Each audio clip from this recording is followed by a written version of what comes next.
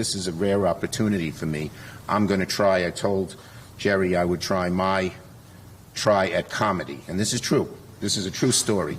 So my parents, my father was an exterminator, my mother was a housewife, and they struggled their whole lives. But when they retired, my brother, who's the financially successful Schumer, bought them a house in Florida, and they loved it.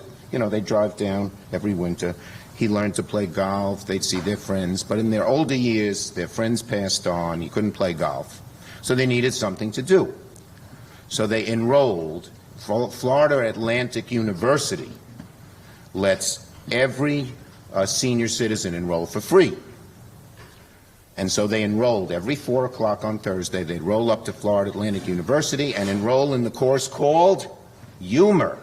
Wow. And what was humor? Every week, some erstwhile comedian who never made it in the Catskills would get up and tell jokes for 45 minutes. Well, you got Schumer, you got humor, it rhymes. Schumer, that's true. Humor. When I ran for president of my junior high school class at Cunningham, my slogan was good humor with Schumer, and we handed out little pops, and I lost. But in any case, so they roll up this course called humor in these communities. So they'd call me every week with their favorite jokes, so this is one of them. Mrs. Walters is brought before the judge, and the judge rolls his eyes. And he says, Mrs. Walters, you're back. Yes, Your Honor, you're back. I'm back. And what did you steal this time, Mrs. Walters? Your Honor, I stole a can of peaches from the supermarket down the road. The judge is exasperated. Mrs. Walters, look, I know you're a kleptomaniac. I know it's an illness. I know that you can easily afford a can of peaches. But for Lord's sake, Mrs. Walters, this is the 17th time you've been brought before me for shoplifting this year, and it's only March. I have no choice. I got to sentence you to some time in jail. Now, how many peaches were in the can, Mrs. Walters? Your Honor, there were 4 peaches in the can. And I have no choice. I'm going to sentence you to 4 nights in jail, 1 for each peach. He's about to bang the gavel and pronounce sentence when a gentleman in the middle of the room gets up all agitated. Your Honor, may it please the court, I'm her husband. She also stole a can of peas. I see. Because there's more peas in a can of peas, so she'd be in jail longer. Because she's annoying. All right, that's level 1. Level 1. Right, here we go. Oh, one other. This is Angelo's joke, but I'm going to use it.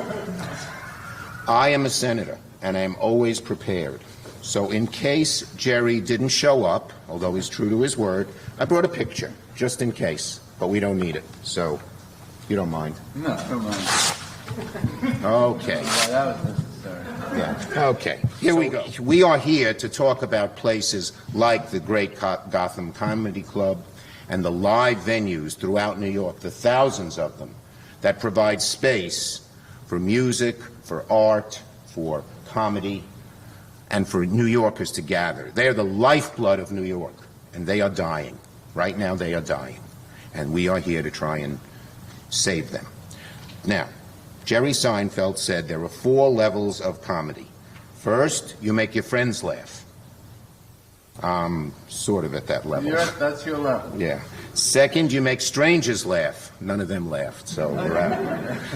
We're not up to that.